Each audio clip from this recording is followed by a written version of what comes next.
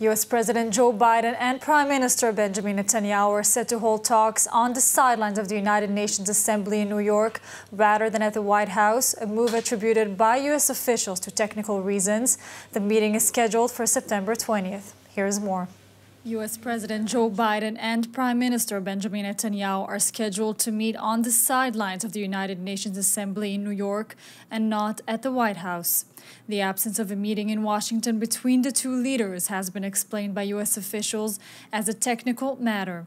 However, others suggest that Biden aims to avoid the impression of business as usual, having previously criticized Netanyahu's government as the most extreme he can recall and expressing concerns over judicial reforms.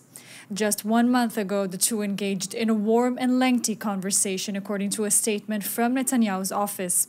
They emphasized strengthening the alliance between the countries, addressing threats from Iran and its allies, expanding regional peace efforts, and maintaining stability in Judea and Samaria. This as Biden extended an invitation to Netanyahu for a future U.S. meeting.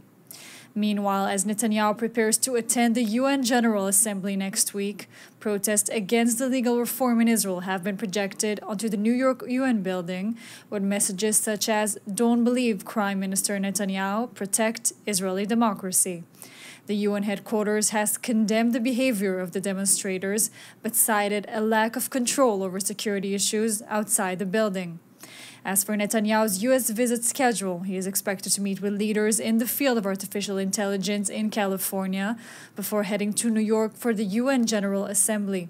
His speech is scheduled for next Friday, and he will return to Israel shortly after, just before the Yom Kippur fast begins.